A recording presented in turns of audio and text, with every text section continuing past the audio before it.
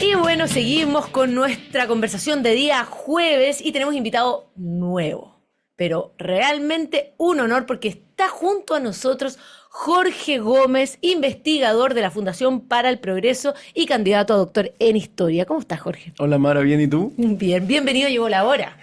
Gracias por la invitación. Es un hombre de radio, pero no le había tocado estar con nosotros. Jorge, partamos analizando algo que al parecer pasó bastante desapercibido en un comienzo, hasta que realmente empezó a llamar la atención de distintos actores políticos, que fue este nuevo mes de 40 días que creó el gobierno para conmemorar nuevamente el mes de la memoria y democracia, Sí. considerando que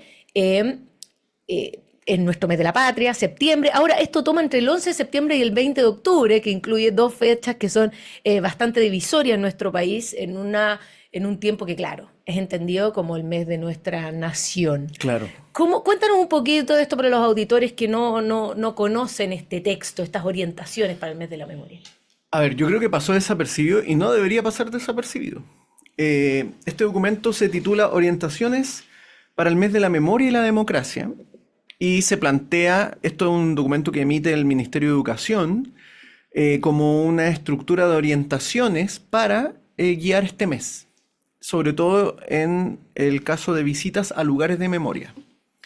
Que la memoria es importante, pero hay que tener ojo con los abusos de la memoria. Y yo creo que aquí hay un eventual abuso de la memoria. Y voy a explicar por qué. ¿Ya?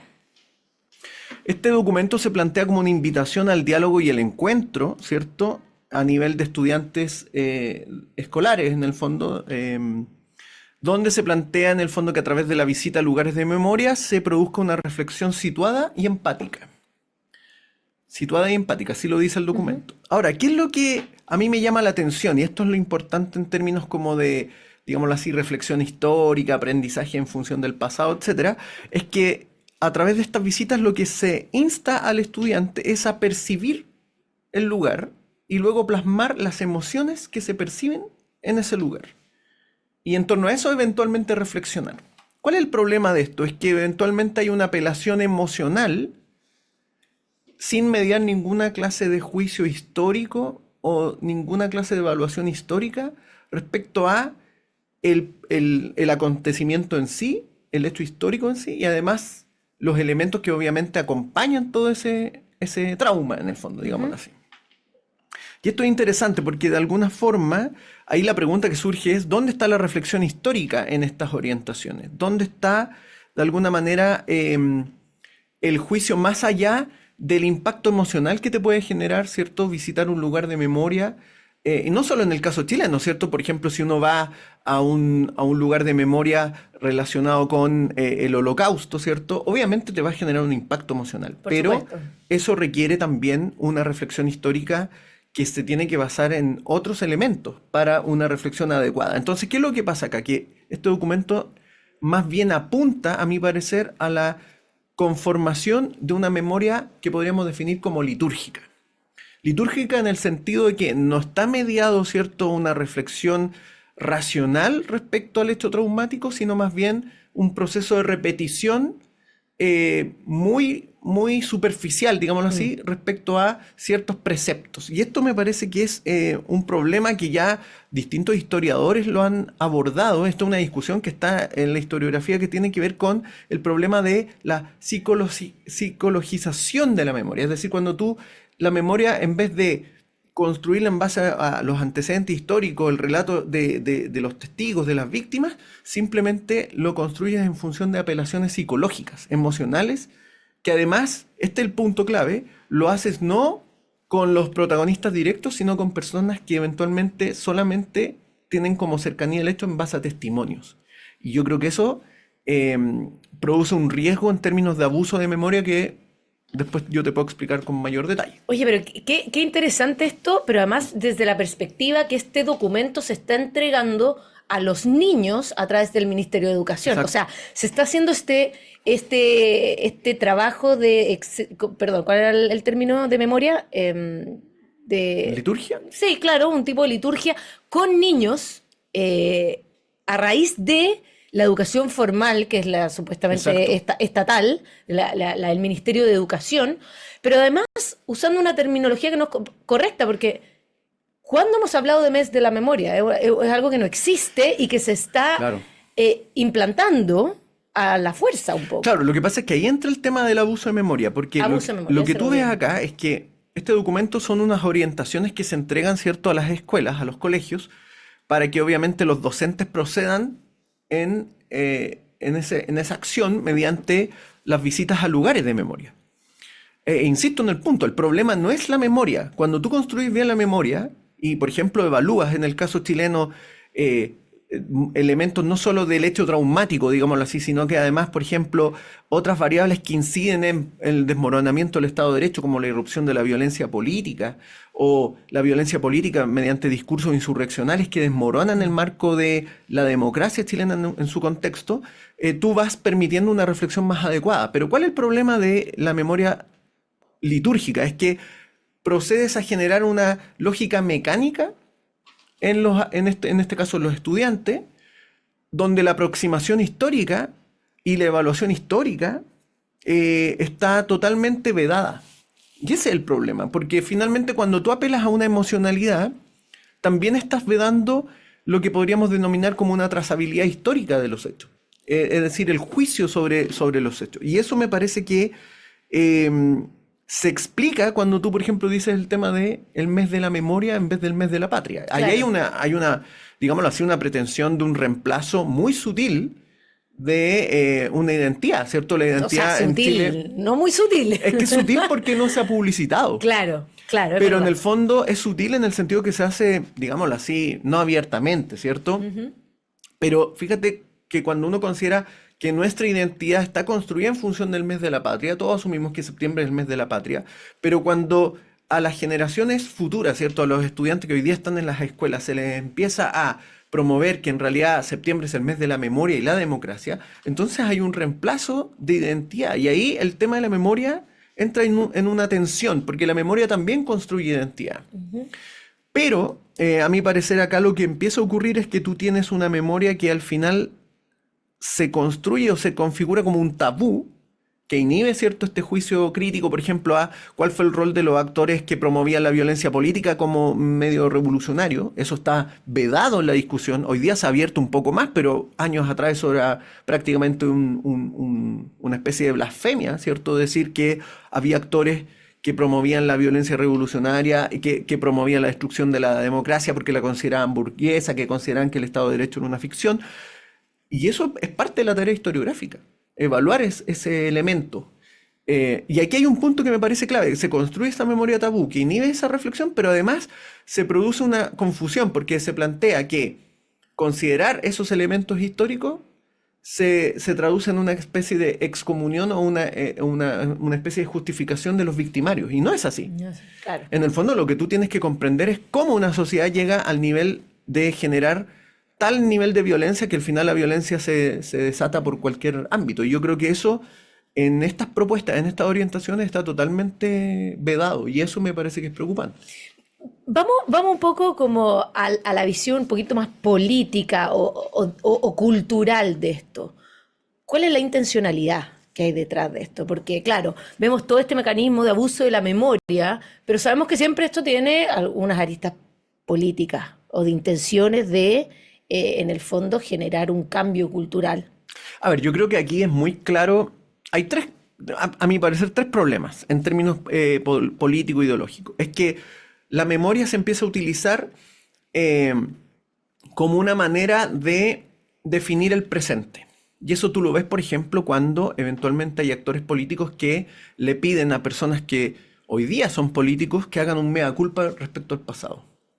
Eso me parece que es anacrónico en términos estrictos, en el sentido de que hoy día nosotros, ninguno de nosotros es responsable de lo que hicieron personas en el pasado. Por lo tanto, nosotros hacer un mea culpa es, en términos estrictos, una petición que no tiene sentido. Claro. Sin embargo, cuando tú construyes una memoria en ese sentido, que finalmente es una memoria no mediada por lo histórico, lo que haces es lo que se denomina como transferencia experiencial, ¿cierto? Es decir, que tú le transfieres no solo la condición de responsable a personas que no han sido responsables, sino que también se produce la transferencia de condición de víctima a personas que no han sido víctimas. Claro. Y eso, por ejemplo, en el caso de Chile ocurrió, ¿cierto?, con un historiador de la Universidad de Chile, José Barrera, que él decía ser nieto de un detenido desaparecido y que en realidad no era un hijo de un nieto de detenido Mintió. desaparecido. Sino que, claro, exactamente, él se configuró como una víctima sin ser víctima. Y ese es un problema que ocurrió acá en Chile, ¿cierto? Pero también ocurrió, por ejemplo, en el caso de Europa, en Alemania específicamente, y en otros países, donde eventualmente personas dicen ser víctimas o cercanos a víctimas, pero en realidad no lo han sido. Entonces yo creo que se produce ese problema. También se produce un problema en términos de que como se utiliza políticamente esto, el tema de la memoria ya no es como el uso de la, como se dice, la historia como una especie de enseñanza, como el recuerdo, como una especie de reflexión para no repetir, sino más bien se produce en la memoria como una mera manifestación estética, que obviamente apunta a generar posiciones políticas en el presente. Yo creo que eso también es un abuso de memoria y también es una distorsión, porque en el fondo tú tratas de traer en el fondo el conflicto del pasado al presente y tratas de situar a los actores en ese conflicto. Y eso me parece que también se traduce en un fenómeno que algunos historiadores definen como bulimia conmemorativa. Es decir, cualquier cosa es objeto de conmemoración, ¿cierto? Claro. Y, por ejemplo, en este caso, el Ministerio de Agricultura el año pasado levantó esta política de árboles por la memoria, que era una política de plantar árboles en función de la memoria. Entonces, cualquier cosa se vuelve objeto de memoria. Y eso también es un abuso de memoria en términos estrictos. Y lo otro es que, a propósito de tu pregunta, Mara, se produce también acá finalmente una distorsión, porque el deber de memoria, que es importante en una sociedad que ha tenido hechos traumáticos y que necesita, obviamente, resarcir ciertas tensiones, ciertos conflictos, vulneraciones a derechos humanos, etc., está el deber de memoria, pero otra cosa es cuando ese deber de memoria se termina convirtiendo en una manipulación de la memoria. Y por lo tanto convierte a la memoria en un objeto de propaganda. Y yo creo que aquí, este documento está apuntando a eso, abiertamente. Oye, y esto lo podemos relacionar con que el presidente Boric en los últimos días anunció también que iba a aumentar el presupuesto a los memoriales. Exacto. O sea, acá vemos como una agenda redonda en torno a este concepto de la memoria. ¿Cómo sumas tú esta situación? Sí, yo creo que hay un elemento ahí ligado, es decir, hay elementos donde, por ejemplo, tú ves que efectivamente hay una especie de bulimia conmemorativa. Hay un exceso de que cualquier elemento es objeto de memoria. Y yo creo que ahí el presidente en eso, no sé si él lo hace consciente o inconscientemente, pero entra en ese juego. Tú ves que es su gobierno el que emite este documento, es su Ministerio de Educación, ¿cierto? Su ministro de Educación, ¿cierto? El que emite este tipo de documento. Entonces, acá hay que tener ojo, porque acá el elemento se está construyendo a nivel de las futuras generaciones. Es decir, son estudiantes que hoy día están elaborando un juicio crítico, que eventualmente están aprendiendo sobre nuestra historia más reciente. No son los actores involucrados, porque de hecho los actores más directos ya muy pocos quedan probablemente. No es una discusión que se está dando entre historiadores necesariamente, sino que se está apuntando a futuras generaciones. Y ahí claramente hay una construcción que a mi parecer es muy abiertamente litúrgica, porque tú finalmente apuntas a este tipo de aproximación al hecho histórico, pero además configuras elementos de memoria en cada espacio. Claro. Entonces ahí yo creo que obviamente se entra en esa dinámica y yo creo que ahí el deber en la discusión pública, en el debate público, es poner en cuestión ese tipo de posiciones. Que, insisto, no tiene que ver con exculpar a eventuales victimarios o victimarios, ni olvidar los hechos, sino que ponerlos en, digámoslo así, todo su contexto histórico, su situación histórica, todo lo que implicó el desmoronamiento de la democracia. Y yo creo que eso, cuando se enfoca meramente, por ejemplo, el presidente solo en el hecho del 11 de septiembre, como el hecho puntual, como si esto hubiera ocurrido, como si la democracia chilena hubiera estado normal y a alguien se le ocurrió destruirla, sin considerar que probablemente se viene desmoronando la democracia en ese contexto a mediados ya de los 60, cuando muchos actores adoptan la vía armada, plantean, ¿cierto? Hay partidos importantes, el Partido Socialista adopta la vía armada como una vía revolucionaria para destruir la democracia burguesa, que ellos definen como burguesa. eh, el movimiento izquierda revolucionaria adopta, ¿cierto?, la vía guevarista. Por lo tanto, hay elementos que van desmoronando los marcos que podríamos considerar los marcos que sostienen una democracia en términos estrictos, ¿cierto? Cuando los actores políticos, y esta es una lección que probablemente no se ha planteado, cuando los actores políticos empiezan a adoptar la violencia como un medio de acción, claramente tú estás destruyendo los marcos que después sostienen no solo la democracia en sí, sino que también el Estado de Derecho y con ello el resguardo de los derechos humanos. Entonces, toda esa reflexión me parece que cuando lo reduces a un hecho puntual, a una fecha puntual y además lo traduces solamente en una cuestión estética memorial, estás obviando toda esa reflexión histórica que es muy, muy importante. Oye, muy interesante este tema. Estamos conversando con Jorge Gómez, investigador de la Fundación para el Progreso. Jorge, nos quedan 2 minutos del programa, pero yo quería invitar a la gente a leer tu columna de hoy, que es un tema distinto, pero igual de relevante y tremendo, que se llama La desidia del Estado, donde tú dejas en evidencia el nivel de abandono y vulneración que hay a los menores que pertenecían al Sename, hoy ex Sename y Mejor Niñez. ¿Por qué no nos cuentas un poco de esa columna para ir cerrando y lo terrible de los números y dejar a la gente invitada también que la lean? Está en la tercera, fue publicada hoy en la mañana. Mira, la situación, a propósito de derechos humanos, yo creo que estamos hoy día ante una vulneración sistemática de los derechos humanos de niños y adolescentes que están bajo protección del Estado. El senador, cierto, Karim Bianchi denunció una red de prostitución donde niños que están bajo protección del Estado son sometidos a esta red en el fondo. Una cuestión que se supone que se iba a solucionar, que se manifestó ya desde probablemente el año 2013 en adelante.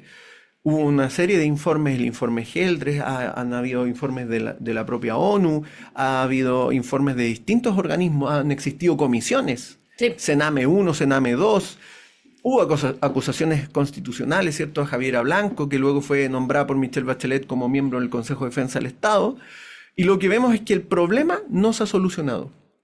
Y muchos niños han muerto bajo la supuesta protección del Estado. Y sin embargo, a pesar de que se han inyectado una cantidad de recursos no menores a eso, destinados a eso, se han generado una serie de reformas y eventualmente cambios, ¿cierto? Desde el cambio del Sename, cuando se separa el Sename y se construye, ¿cierto?, Mejor Niñez, ¿cierto?, que está abocado a proteger menores no infractores, mientras que el Sename sigue centrado en los menores infractores de ley. Y el problema continúa. Y yo creo que lo que acá se evidencia es que los actores políticos actúan con una desidia que es preocupante. ¿Por qué? Porque finalmente los menores que se supone están bajo protección del Estado terminan siendo aplastados por una estructura burocrática y administrativa que se supone es financiada para que los protejan. Se supone que está creada para que los protejan. Y resulta que terminan siendo aplastado en todos los sentidos, psicológico, emocional, físico, por este aparato burocrático que se supone que dice protegerlo. Y yo creo que ahí hay un problema de vulneración a los derechos humanos que, sin embargo, nadie los menciona. El Instituto de Derechos Humanos tampoco aparece. Nadie los menciona. Y entonces ahí hay un tema que tiene que ver con que, obviamente, estos menores, muchos en situaciones muy, muy precarias y desfavorables, no tienen capacidad de presión, no tienen una organización política, no son los que eventualmente están marchando, no tienen capacidad de contactar a gente influyente y por lo tanto a los políticos no les importa.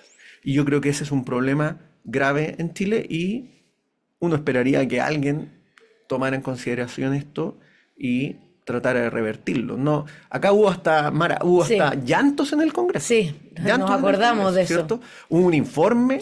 No hay que olvidar, por ejemplo, que cuando se hizo el informe respecto a la ministra Javiera Blanco, finalmente los actores políticos terminaron rechazando ese informe. En ese contexto, el diputado Ramón Farías dijo que se habían echado a la basura casi 500 páginas de información. Entonces la pregunta ahí es ¿con qué criterio están actuando nuestros grupos políticos?